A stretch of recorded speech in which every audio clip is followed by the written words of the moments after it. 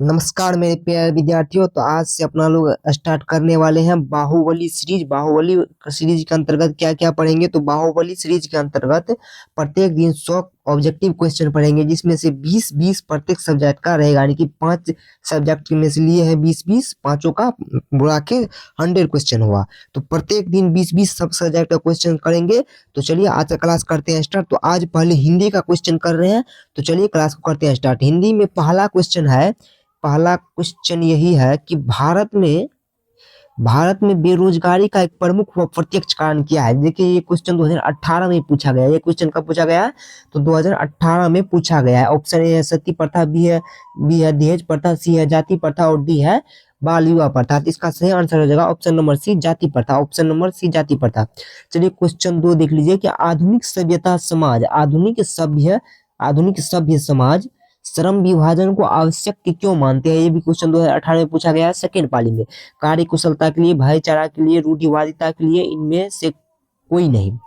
यानी कि आधुनिक सभ्य समाज श्रम विभाजन को आवश्यक क्यों मानता है? तो आधुनिक सभ्य समाज कार्य कुशलता के लिए श्रम विभाजन को आवश्यक मानता है। श्रम विभाजन कर लेगा तो उसमें काम करने में आसानी रहेगा। कि उसमें होता है कि अगर तू इस जाति का है तो तू ये काम करेगा, और तुम इस जाति का है तो तू ये काम करेगा।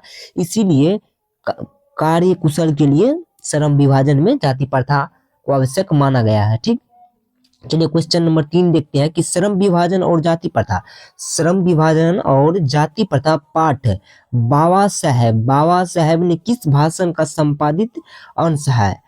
यानी कि बोल रहा है श्रम विभाजन और जाति प्रथा, ये जो आपका पाठ है ये बाबा साहेब भीमराव अम्बेडकर के किस भाषण से संपादित अंश है? यानी कि किस भाषण से लिया गया है? ए है the constitution India their mechanism, B है जेनेसिस एंड डेवलपमेंट, सी है एनिहिलेशन ऑफ कास्ट, डी है हु आर शूद्रता। तो किससे लिया गया है? तो इसका सही आंसर हो जाएगा option number C, annihilation of caste. चलिए क्वेश्चन नंबर 4 देखिए कि जाति प्रथा व श्रम विभाजन के साथ साथ किसका रूप लिए हुए है? जाति प्रथा जो है वह श्रम विभाजन के साथ साथ, जाति प्रथा श्रम विभाजन का तो रूप लिया ही है, उसके साथ साथ और किसका रूप लिया है? जाति प्रथा श्रम विभाजन के साथ साथ किसका रूप लिया है? ए है स्वतंत्रता का, बी है भ्रातृत्वता का, सी है श्रमिक विभाजन का, डी है इनमें से कोई नहीं। तो इसका सही आंसर हो जाएगा ऑप्शन नंबर सी, श्रमिक विभाजन का। जाति प्रथा क्या करता है? तो श्रमिक विभाजन यानी कि मजदूर के विभाजन कर देता है। ठीक, तो चलिए क्वेश्चन नंबर 5 देखिए कि भारत में बेरोजगारी का एक मुख्य कारण क्या है? भारत में बेरोजगारी का एक बहुत ही मुख्य कारण क्या है? जाति प्रथा, दहेज प्रथा, अशिक्षा, भ्रष्टाचार। तो भारत में बेरोजगारी का आप लोग को लगता होगा अशिक्षा, लेकिन ये आंसर गलत है। इसका सही आंसर हो जाएगा ऑप्शन नंबर ए, जाति प्रथा भारत में बेरोजगारी का एक प्रमुख व प्रत्यक्ष कारण है। ठीक, चलिए क्वेश्चन नंबर 6 देखिए कि बाबा साहेब भीमराव अम्बेडकर का जन्म कब हुआ? देखिए 19 में, 20 में, 22 में, ये 25 में पूछा जाएगा। कब? तो 25 में ये जरूर पूछा जाएगा। 14 अप्रैल 1891 में, 20 अप्रैल 1892 में, 24 अप्रैल 1893 में, 28 अप्रैल 1894 में। तो बाबा साहेब भीमराव अम्बेडकर का जन्म 24 अप्रैल 1893 में हुआ था। और कहाँ हुआ था? तो आप लोग बताइए। तो मध्य प्रदेश के माहू नामक गांव में हुआ था। मध्य प्रदेश के माहू में हुआ था। कहाँ? तो मध्य प्रदेश के माहू में हुआ था। चलिए क्वेश्चन नंबर 7 देखिए। क्वेश्चन नंबर 7 यह है कि बाबा साहेब अम्बेडकर का जन्म किस राज्य में हुआ? एक भी क्वेश्चन देखिए 19 में पूछा, 21 में पूछा, 22 में पूछा, अब की बार 25 में चांस है इसका भी पूछने के। तो बाबा साहेब का जन्म कहाँ हुआ? अभी बताया मध्य प्रदेश के माहू में हुआ। कहा? तो ऑप्शन नंबर ए सही इसका आंसर हो जाएगा, माहू में। चलिए क्वेश्चन नंबर 8 देखिए। Question number 8 doctor Bhimrao Ambedkar ने किस प्रथा को आर्थिक पहलू से भी खतरनाक माना? सती प्रथा, दहेज प्रथा, बाल विवाह, जाति प्रथा। तो जाति प्रथा, क्रिया तो जाति प्रथा। ठीक, चलिए क्वेश्चन नंबर 9 देखिए। क्वेश्चन नंबर 9 ये है, क्वेश्चन नंबर 9 है श्रम विभाजन और जाति प्रथा के लेखक कौन है? श्रम विभाजन और जाति प्रथा के लेखक तो Bhimrao Ambedkar. Option number A इसका सही आंसर हो जाएगा। क्वेश्चन नंबर 10 देखिए, आदर्श समाज स्वतंत्रता, समानता, भ्रातृत्व पर आधारित होगा, किसने कहा? मैक्स मुलर ने, भीमराव अम्बेडकर ने, बिरजू महाराज ने या अज्ञे ने? तो ये बात जो है भीमराव अम्बेडकर ने कहा कि आदर्श समाज स्वतंत्रता, समानता, भ्रातृत्व पर आधारित होगा। यहाँ से एक क्वेश्चन और बनता है कि भीमराव अम्बेडकर ने आदर्श समाज होने के लिए क्या क्या माने थे? तो उसका आंसर हो जाएगा स्वतंत्रता। क्या क्या क्या माने थे? तो स्वतंत्रता, समानता, भ्रातृत्वता। क्या? स्वतंत्रता, समानता, भ्रातृत्वता। ठीक। चलिए क्वेश्चन नंबर 11 देखिए। क्वेश्चन नंबर 11 है कि भारत में जाति प्रथा का प्रमुख कारण क्या है? बेरोजगारी, गरीबी, उद्योग धंधे की कमी, अमीरी। तो बेरोजगारी भारत में जाति प्रथा का एक प्रमुख कारण है। क्वेश्चन नंबर 12 है कि मानव मुक्ति के पुरोधा, मानव मुक्ति के पुरोधा किससे कहा गया है? नलिनी शर्मा, अतीन्द्र मिश्रा, भीमराव अम्बेडकर, अमरकांत। तो भीमराव अम्बेडकर को मानव मुक्त के पुरोधा कहा गया है।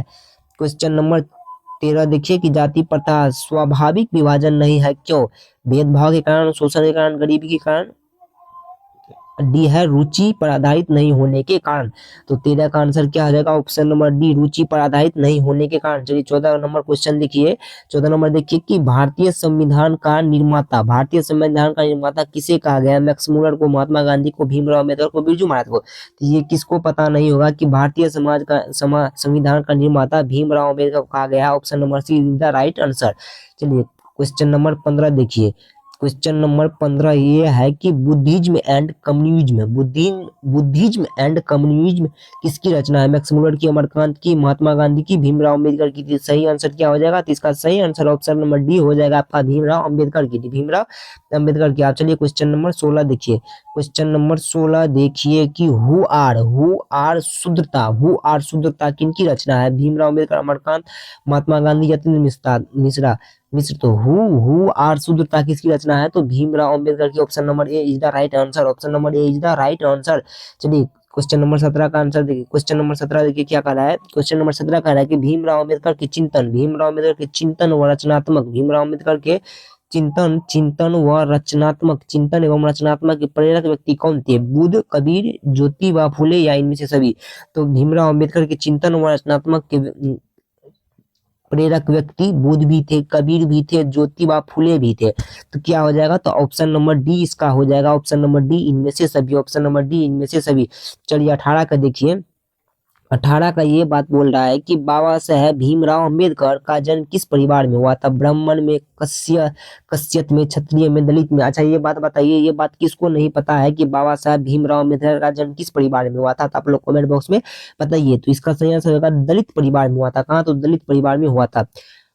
क्वेश्चन नंबर 19 देखिए। क्वेश्चन नंबर 19 देखिए कि भीमराव अम्बेडकर किसके प्रोत्साहन पर उच्चतर शिक्षा के लिए न्यूयॉर्क गए थे? इंदौर नरेश, बड़ोदरा नरेश, मेवाड़ नरेश, राजकोट नरेश। तो ऑप्शन नंबर इसका बी हो जाएगा सही कि बड़ौदा नरेश के प्रोत्साहन पर ये उच्चतर शिक्षा के लिए न्यूयॉर्क गए थे। ठीक। चलिए क्वेश्चन नंबर 20 देखिए कि द अंट चटले द अनट चेबल्स किनकी रचना है? इसका भी हो जाएगा भीमराव अम्बेडकर के, भीमराव अम्बेडकर की।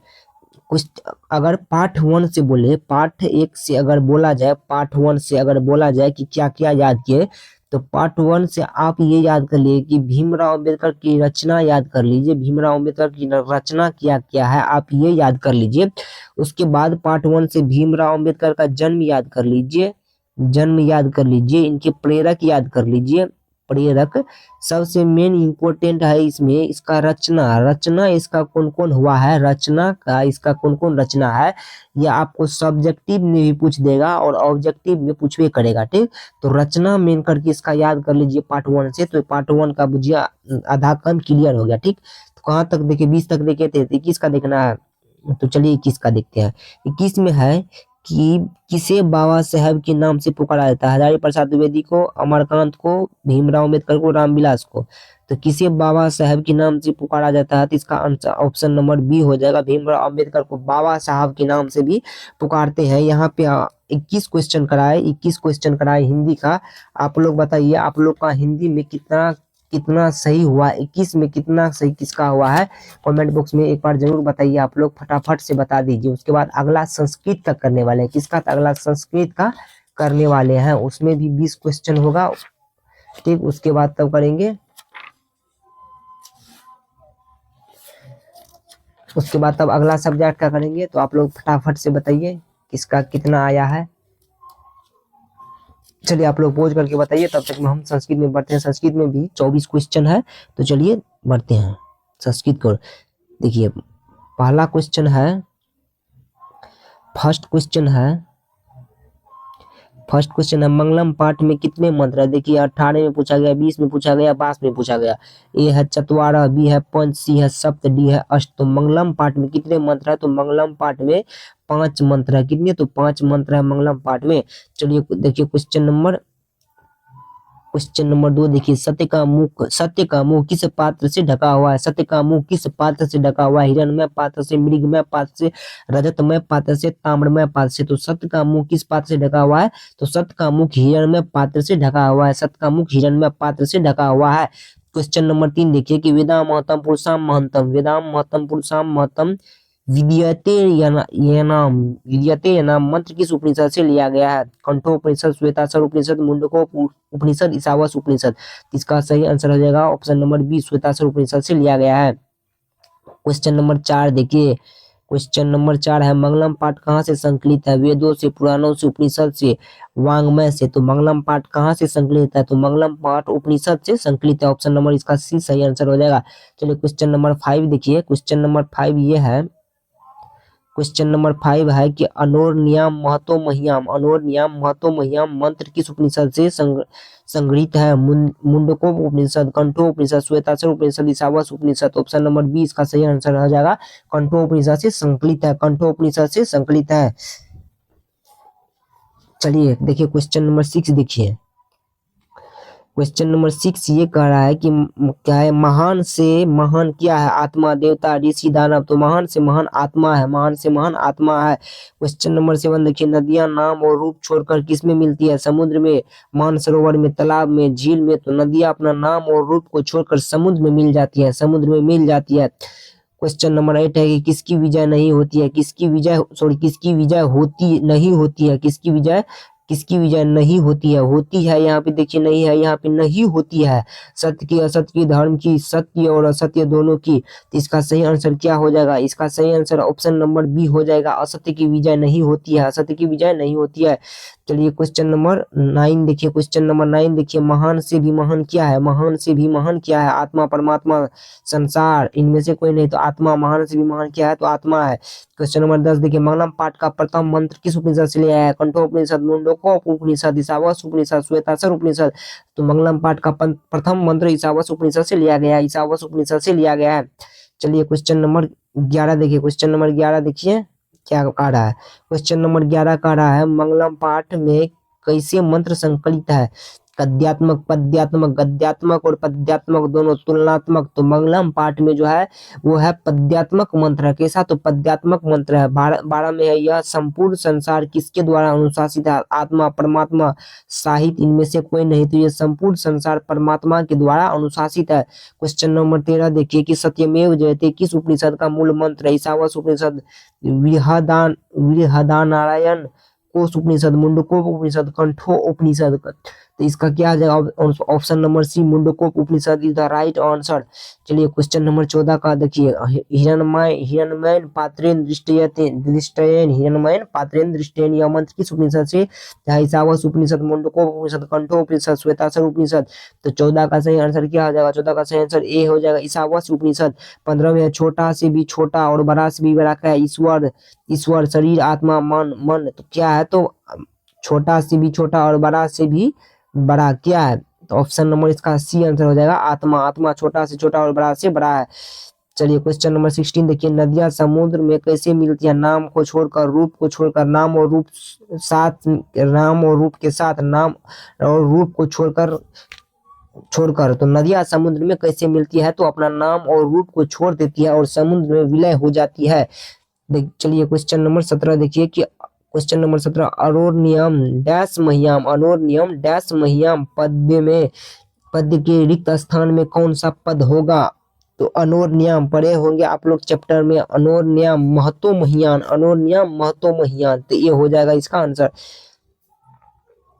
क्वेश्चन नंबर 18 देखिए, सत्यस्य मुखम केन पात्रेन अपिहितम, सत्य का मुंह किस पात्र से ढका हुआ? ये हो गया इसका संस्कृत, सत्यम मुखम केन पात्रेन अपिहितम। इसका हिंदी ये हो गया कि सत्य का मुख किस पात्र से, इसका हिंदी, सत्य का मुख किस पात्र से ढका है? सोना से, तांबा से, चांदी से, लोहा से। तो सत्य का जो मुख है वो सोना से ढका हुआ है। क्वेश्चन नंबर 19 देखिए कि जीवों के शरीर रूपी रूपी एक बार फिर देखिए 19 का, जीवों के शरीर रूपी में क्या छिपी हुई है, यानी कि जीव के शरीर में क्या छिपा हुआ है? रक्त, वायु, ज्ञान, आत्मा। तो इसका सही आंसर हो जाएगा ऑप्शन नंबर डी, आत्मा। ऑप्शन नंबर डी, आत्मा।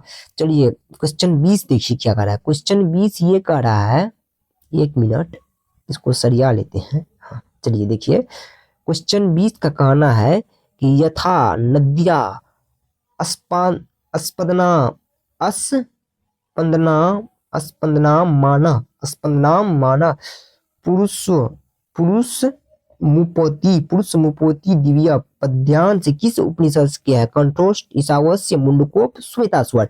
तो 20 का क्या हो जाएगा? तो 20 का सी आंसर से हो जाएगा मुंडकोप उपनिषद। चलिए 21 का देखिए, 21 का क्वेश्चन देखिए,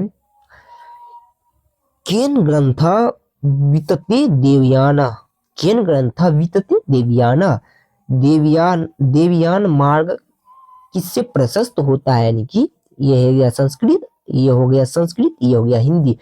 तो सत्य से देवलोक का मार्ग प्रशस्त होता है। आप लोग सत्य बोलिए, सत्य के मार्ग पे चलिए। क्वेश्चन नंबर 22 देखिए, 22, अत्यति पद का अर्थ क्या है? पार कर जाता है, सुना जाता है, देख जाता है, कार्य किया जाता है। तो अत्यति पद का अर्थ, अत्यति पद का अर्थ पार कर जाता है। क्या है? पार कर जाता है। क्वेश्चन नंबर 23, सत्यमेव जयते नान्यतम, यह पद्यांश किस उपनिषद का है? सत्यमेव जयते नान्यतम, ये मुंडकोप उपनिषद का है, मुंडकोप उपनिषद का है। चलिए इसका लास्ट क्वेश्चन देखिए आप लोग, 24 नंबर, ऋतस्य का पद क्या है? ऋतस्य का पद क्या है? मुख का, पात्र का, सत्य का, द्वार का। तो सत्य का है, सत्य का। तो चलिए आप लोग अब हमको बता दीजिए, यही बात आप लोग जानवे करते हैं कि हम यही पूछेंगे अब आपसे कि 24 में कितना आपका सही हुआ, 24 में आपका कितना सही हुआ, कमेंट में जरूर बताइए 24 में कितना सही हुआ संस्कृत का। ठीक, तो चलिए अब देखते हैं अगला सब्जेक्ट कौन सा है। तो अगला सब्जेक्ट देखा जाए तो अगला सब्जेक्ट मैथमेटिक्स है। मैथमेटिक्स जो कि रटने वाला सब्जेक्ट नहीं है, एकदम समझने वाला है। ठीक, तो चलिए पहला क्वेश्चन से शुरुआत करते हैं। मैथमेटिक्स में आपको हम एक बात बता दें, इसका नंबरिंग गलत हो सकता है लेकिन क्वेश्चन पूरा आया हुआ है, 20 से ज्यादा होगा लेकिन कम नहीं होगा। तो चलिए देखिए कि निम्नलिखित में से कौन सी सबसे बड़ी प्राकृतिक संख्या किसको कहते हैं? तो गिनती की संख्या को प्राकृतिक संख्या कहते हैं। तो इनमें से कौन सबसे बड़ी प्राकृतिक संख्या है? तो अगर आप ऑप्शन को देखिएगा तो ए में है 0, बी में है -1, सी में है 1, डी में है तो देखिए सबसे बड़ी बोल रहा है तो 0 वैसे छट जाएगा, -1 तो 0 से भी कम है, ई भी छट जाएगा, ई भी छट जाएगा, 1 ई तो छोटे है। देखिए यहाँ पे 2, यहाँ पे जितना भी ऑप्शन है उसमें से सबसे बड़ा आपको बी डी देखेगा, 2 इसका सही आंसर, यानी कि ऑप्शन नंबर डी इसका सही आंसर हो जाएगा। ठीक, चलिए क्वेश्चन 2 देखिए कि √12 का परिमेयकरण गुणांक क्या है? √12 का परिमेयकरण गुणांक क्या है? तो देखिए तो पहले आप √12 का गुणनखंड कर लीजिए। क्या? तो √12 का पहले आप गुणनखंड कर लीजिए। 12 का आप गुणनखंड कीजिए। देखिए 2 से 2 के 12, 2 से 2 तिया 6। तो आप देखिएगा यहाँ से 2 बाहर आ रहा है और √3 अंदर में रह जा रहा है। क्या? तो √3 अंदर में रह जा रहा है। तो अगर आप एक और 3 दे दीजिएगा इसमें √3, तो क्या अगर आप इसमें √3 दे दीजिएगा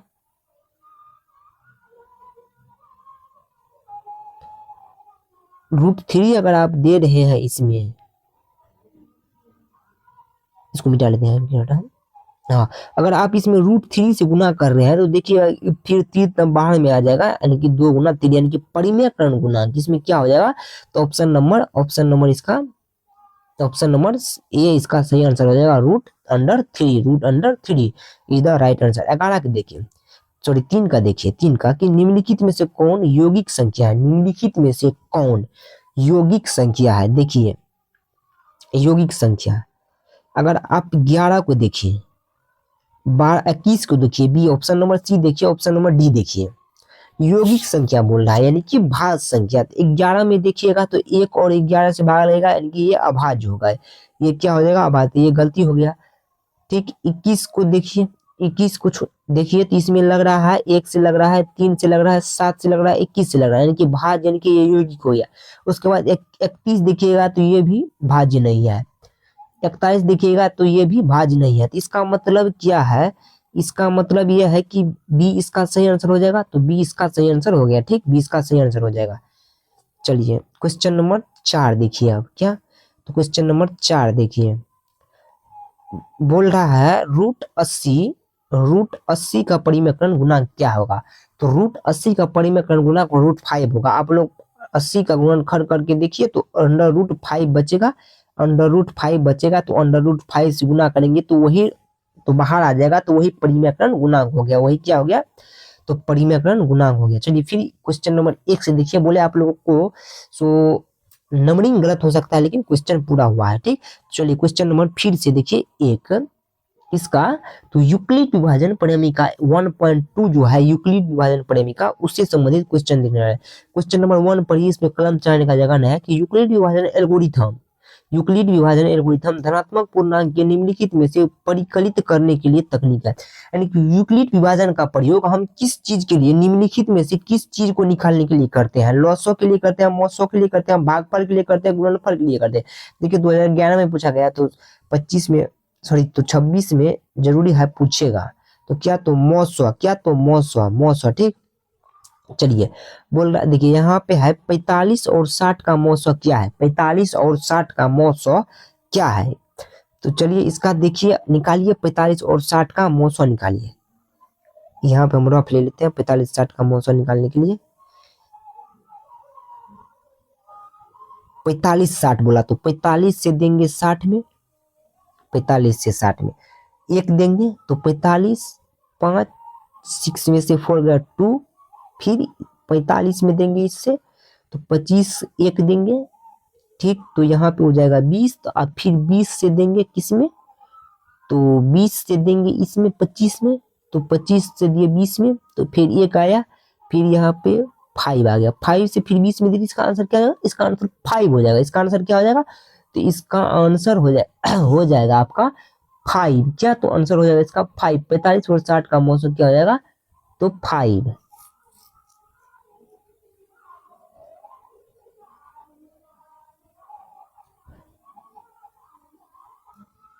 5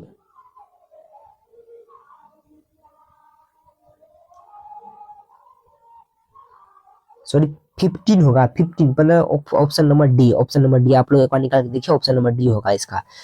क्वेश्चन 3 देखिए, क्वेश्चन नंबर 3 देखिए कि एक अशून्य परिमेय और अपरिमेय संख्या गुणनफल क्या होगा। एक अशून्य परिमेय और अपरिमेय संख्या गुणनफल क्या होगा, तो हमेशा अपरिमेय होगा। 4 में देखिए क्या करा है, यदि पी एक धनात्मक पूर्णांक है और धनात्मक सम पूर्णांक का रूप होगा। सम पूर्णांक के लिए बोल रहा है क्या, तो सम पूर्णांक के लिए बोल रहा है कंडीशन यहाँ पे। तो सम पूर्णांक के लिए कंडीशन होगा कि आप अगर कोई पी एक धनात्मक पूर्णांक लेते हैं तो अगर उसमें तो कुछ जोड़ते हैं तो सम पूर्णांक हो जाएगा। ऑप्शन के अनुसार देखिए, अगर 2p आप लेते हैं, 2p लेते हैं तो अगर इसमें आप p की जगह पे 1 रखिएगा तो क्या हो जाएगा, तो 2 हो जाएगा। तो ये तो सम है। अगर p की जगह पे आप 2 रखिएगा तो क्या हो जाएगा, 4 हो जाएगा, ये भी सम है। अगर p की जगह पे आप 3 रखिएगा तो 6 हो जाएगा, ये भी सम है। ठीक, तो चलिए अब आगे दिख रही है, अगर आप यहाँ पे p की जगह पे 1 रखिएगा तो क्या हो जाएगा, तो p की जगह पर आप अगर 1 रखिएगा तो 2 होगा, अगर p की जगह पर आप 2 रखिएगा तो 3 हो जाएगा, यानी कि सम नहीं होगा, ये ऑप्शन गलत है। अगर p की जगह पर आप 1 लीजिएगा तो सम नहीं होगा, एक तो सम ना भी सम, अगर 2 लीजिएगा तो सम है, अगर 3 लीजिएगा तो सम नहीं है, ई भी गलत हो जाएगा। इसी तरह से ये भी गलत है। तो इसका ऑप्शन नंबर ए इसका सही आंसर हो जाएगा। क्या, तो ऑप्शन नंबर ए इसका सही आंसर हो जाएगा। चलिए क्वेश्चन नंबर 5 देखिए, किसी धनात्मक पूर्णांक q के लिए प्रत्येक धनात्मक विषम पूर्णांक का रूप होगा। तो उसी तरह से आप चेक कीजिए q के लिए, अब की बार विषम पूछ रहा है, अब की बार क्या कर रहा है, तो विषम पूछ रहा है हमको। तो इसका सही आंसर क्या होगा, ऑप्शन नंबर सी 6q + 1।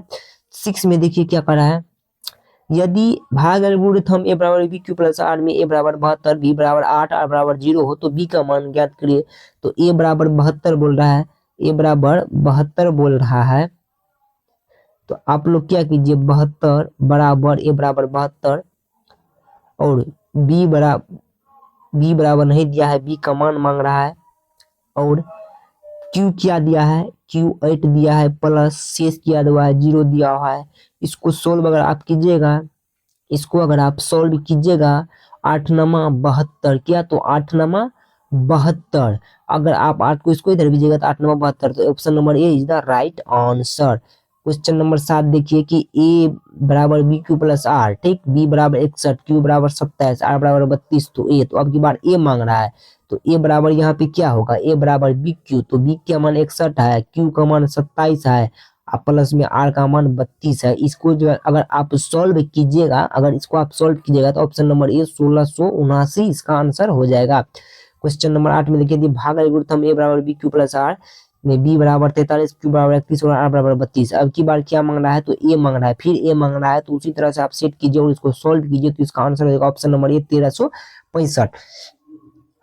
इसमें अगर हम बताएं तो आप 1.2 को अच्छे से क्लियर कर लीजिए, यहाँ से 2 नंबर का और 5 नंबर का भी क्वेश्चन पूछेगा, और ऑब्जेक्टिव तो पूछवे करेगा बहुत ही ज्यादा, तो जितना हो सके उतना तैयारी कर लीजिए इसका। चलिए अगला देखिए, अगला आ गया आपका साइंस का, क्या तो अगला आपका साइंस का आ गया, साइंस का आ गया। तो साइंस का क्वेश्चन देखिए, पहला क्वेश्चन है कि दाढ़ी बनाने के लिए कौन सा दर्पण उपयुक्त होता है, दाढ़ी बनाने के लिए कौन सा दर्पण उपयुक्त होता है, ए में है समतल, बी में है अवतल, सी में है उत्तल। बताइए, आप लोग को टाइम हम देते हैं बताने के लिए।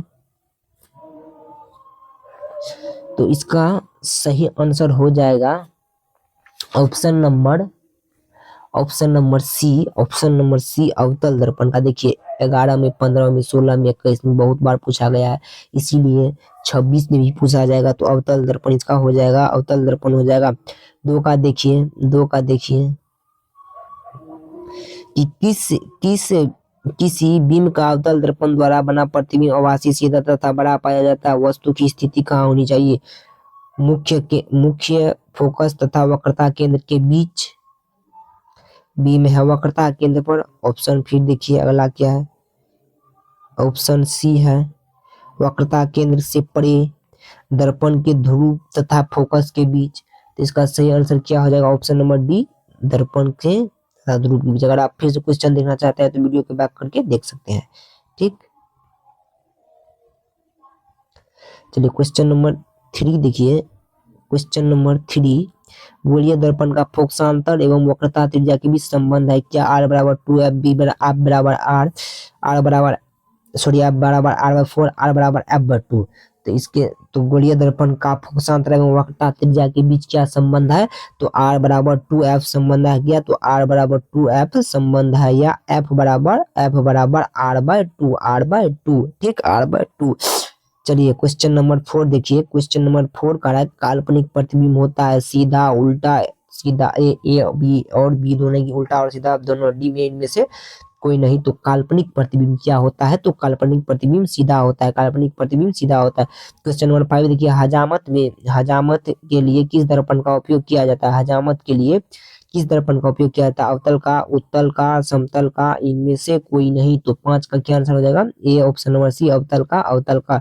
6 देखिए एक प्रयोग में अवतल दर्पण द्वारा किसी बीम का प्रतिबिंब एक पर्दे पर प्राप्त किया जाता है, दर्पण की फोकस दूरी को निर्धारित करने के लिए प्रयोक्ता को मापने की जरूरत है, दर्पण तथा पर्दे के बीच की दूरी बी में है, दर्पण तथा बीम के बीच की दूरी सी में है, ए और बी डी में है, इनमें से कोई नहीं, तो 6 का आंसर क्या हो जाएगा ऑप्शन नंबर सी, ए और बी दोनों।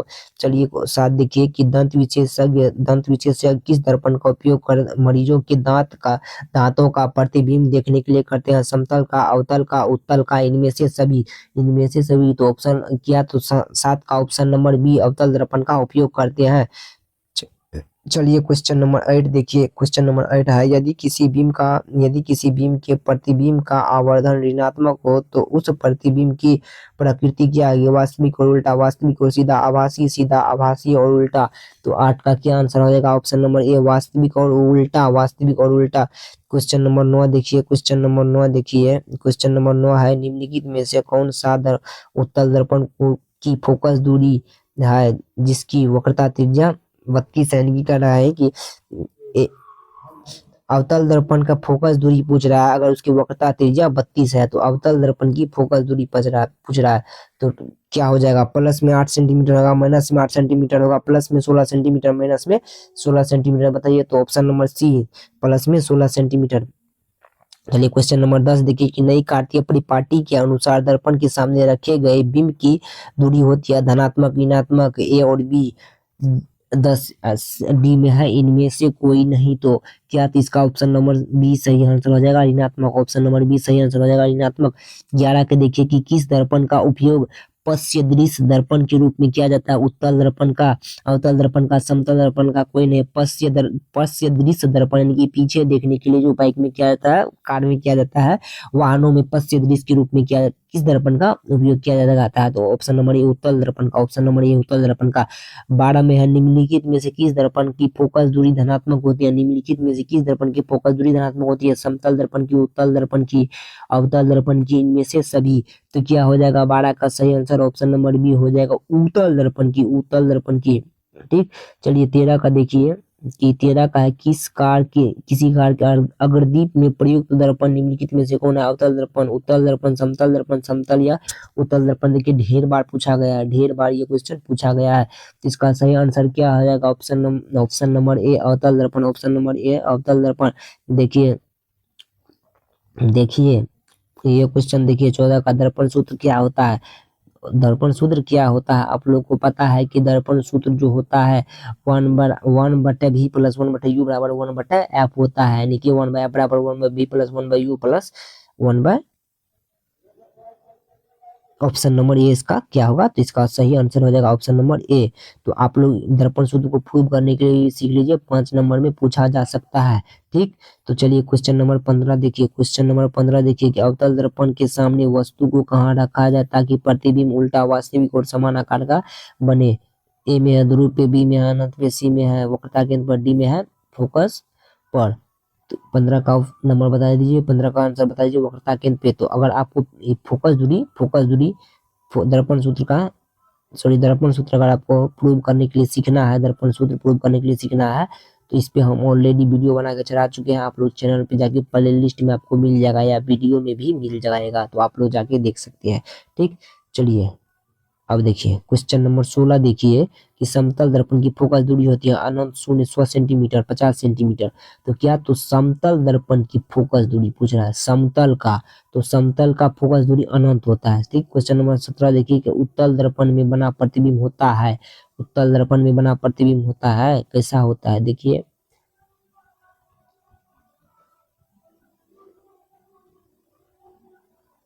सॉरी इसका आंसर छट गया है, तो इसका हम ऑप्शन छट गया है, तो इसका आप लोग को हम सीधा आंसर बता दे। क्या आंसर? चलिए बताते हैं कि उत्तल दर्पण में बना काल्पनिक प्रतिबिंब होता है, उत्तल दर्पण में बना काल्पनिक प्रतिबिंब होता है। तो कैसा होता है? तो सीधा एवं हास्रित होता है, सीधा, सीधा एवं हासित होता है, हासित होता है, यही इसका आंसर हो जाएगा। ठीक।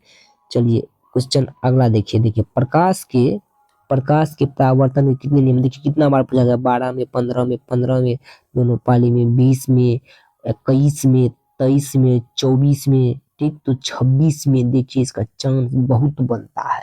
तो प्रकाश के अपवर्तन कितने नियम होते हैं? 2 नियम होते हैं प्रकाश के। ये आपको बता दी 25 में भी पूछा गया है, 25 में भी पूछा गया है। तो प्रकाश के अपवर्तन के कितने नियम होते हैं? 2 नियम होते हैं।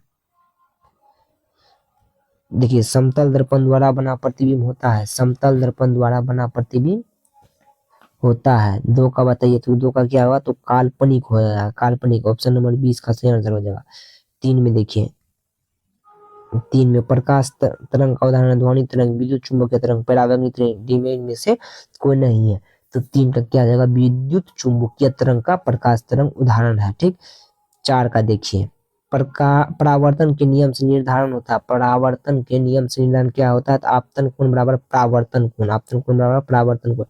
5 का देखिए, प्रकाश की किरण गमन करती है सीधी रेखा में, टेढ़ी रेखा में, किसी भी दिशा में, इनमें से कोई नहीं, सीधी रेखा में गमन करती है। 6 के देखिए, दर्पण के सामने किसी भी दूरी पर स्थित वस्तु का प्रतिबिंब प्रतिबिंब सीधा प्रतीत होता है तो दर्पण है क्या? तो केवल समतल, केवल उत्तल, केवल अवतल या समतल या अथवा उत्तल। तो ऑप्शन नंबर डी इसका सही आंसर हो जाएगा। चलिए क्वेश्चन नंबर 7 देखिए कि एक प्रकाश किरण एक समतल दर्पण पर लंबवत आपतित होती है तो परावर्तन के बाद का मान क्या होगा? एक प्रकाश का किरण समतल दर्पण पर लंबवत अगर ये मान के चलिए एक समतल दर्पण है, इस पे अगर कोई प्रकाश की किरण लंबवत आपतित हो रही है, लंबवत आपतित हो रही है तो परावर्तन के बाद कोण पूछ रहा है, तो लंबवत आपतित अगर होगा तो परावर्तन के बाद कोण उसका क्या हो जाएगा? तो 0 डिग्री। ऑप्शन नंबर डी इसका सही आंसर हो जाएगा। तो चलिए साइंस का क्वेश्चन खत्म हुआ, अब एसएसटी का करते हैं। एसएसटी में आप लोग को एक बात हम बता दें कि ऑप्शन में टिक लग चुका है तो आप लोग को सीधा क्वेश्चन आंसर एक तरह से मानिए करा जाते हैं। ठीक, चलिए गेरिबोल्डी फिशे से क्या थे? तो ऑप्शन नंबर डी नाविक। हंगरी की राजधानी कहाँ थी? तो बुडापेस्ट। ठीक, देखिए 3 देखिए, जर्मन राइन राज का निर्माण किसने किया? तो नेपोलियन बोनापार्ट। 4 में देखिए, फ्रांस में किस शासन वंश की पुनर्स्थापना वियना कांग्रेस के द्वारा की गई थी? तो बुर्बो वंश। किसकी? तो बुर्बो वंश। देखिए 5 का देखिए, वियना कांग्रेस के द्वारा फ्रांस में किस वंश की शासक की बुर्बो, इसका क्या आ जाएगा? बुर्बो। देखिए क्वेश्चन नंबर 6 देखिए, क्वेश्चन सन 1870 में फ्रांस और प्रशा के बीच युद्ध कहाँ हुआ था? तो सेडान में हुआ था। 7 देखिए, रक्त एवं लोहनीति का अवलंबन किसने किया? तो बिस्मार्क ने किया। क्वेश्चन नंबर 8 देखिए कि किस युद्ध के बाद जर्मनी का एकीकरण पूरा हुआ? सेडान का युद्ध। 9 का देखिए कि यंग यूरोप का संस्थापक कौन था? तो मेजनी। यूरोप का मरीज किसे कहा जाता था? तो तुर्की को। ये सब क्वेश्चन जुबान भी रखिए। काउंट काबूल का विक्टर एमुनल ने किस पद पर नियुक्त किया था? तो प्रधानमंत्री। वियना सम्मेलन का कब हुआ था? 1815 में। फ्रैंकफर्ट की संधि पर हस्ताक्षर कब हुई थी? तो 1871 में। इटली के एकीकरण में निम्नलिखित में से किसका संबंध है? तो बिस्मार्क का। इटली और जर्मनी के एकीकरण के विरुद्ध कौन था? तो ऑस्ट्रिया। जर्मनी के एकीकरण का प्रमुख वास्तुकार कौन था? तो बिस्मार्क। चलिए क्वेश्चन नंबर 17 देखिए कि 1871 में कौन सा संधि हुई थी? 1871 में कौन सा संधि हुई थी? तो फ्रैंकफर्ट की संधि। 1830 की क्रांति के बाद फ्रांस में किस प्रकार का शासन स्थापित हुआ? तो गणराज्य। 20 का देखिए, जर्मनी के एकीकरण के लिए उत्तरदायी कौन है? जर्मनी के बिस्मार्क। इटली के एकीकरण के लिए किसके योगदान? इटली के एकीकरण में किसका योगदान है? तो इटली के एकीकरण में मेजनी का, गेरिबोल्डी का, सी काउंट का, वो डी, इनमें से सभी। इस क्वेश्चन को हम आप लोग के हवाले कर रहे हैं। क्या आप लोग के हवाले इस क्वेश्चन को छोड़ा जाए या मेरे द्वारा बताया जाए? बता दीजिए फटाक से। अगर बोलिएगा बताया जाए तो हम बता दे, इसका ऑप्शन नंबर डी हो जाएगा सही आंसर। ठीक, चलिए 9 का देखिए, यंग यूरोप का संस्थापक कौन है? मेजनी। यूरोप के मरीज किसे कहा था? तुर्की को। देखिए ये क्वेश्चन फिर से रिवाइज हो गया है, इसके लिए हमको क्षमा चाहिए। फिर से देखिए सारा क्वेश्चन रिवाइज हो गया है तो आप लोग को हम करवा दिए हैं 100 क्वेश्चन आप लोगों को करवा दिए हैं। अगर आप लोग काउंट कोई किए होंगे तो 100 क्वेश्चन करवा दिए हैं। चलिए तो आप लोग को 100 में कितना मार्क आया आप लोग कमेंट बॉक्स में बताइए। ठीक, तो फिर मिलते हैं आपकी सीरीज 2 में 100 ऑब्जेक्टिव लेके, इससे आगे का 20-20 का सब क्लास का। तो अगर आपने चैनल को सब्सक्राइब नहीं किया तो सब्सक्राइब कर लीजिए ताकि आप बाहुबली सीरीज से बढ़ के और मार्क में यानी कि एग्जाम में बाहुबली बनिए और अच्छे तरीके से मार्क को लोड़िए और अपना नाम रोशन कीजिए। तो ठीक है, तब तक के लिए आप लोग से लेते हैं विदा। तब तक के लिए पढ़ते रहिए, मुस्कुराते रहिए।